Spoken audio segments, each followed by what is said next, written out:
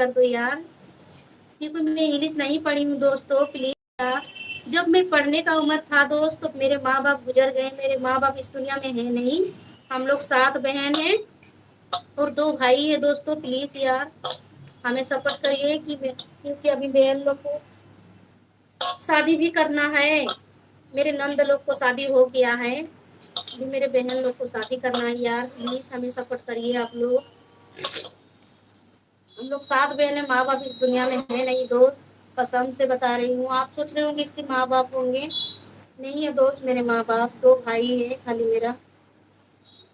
मेरे भाई लोग का शादी एक का हुआ है अभी, छोटे भाई को नहीं हुआ है दोस्त। प्लीज यार आप लोग मदद करें कि आप लोग मेरे घर परिवार को मैं सपोर्ट कर सकूँ, उनको पैसा का सहारा दे सकूँ यार। आप लोग हमें सपोर्ट करिए दोस्तों, प्लीज यार।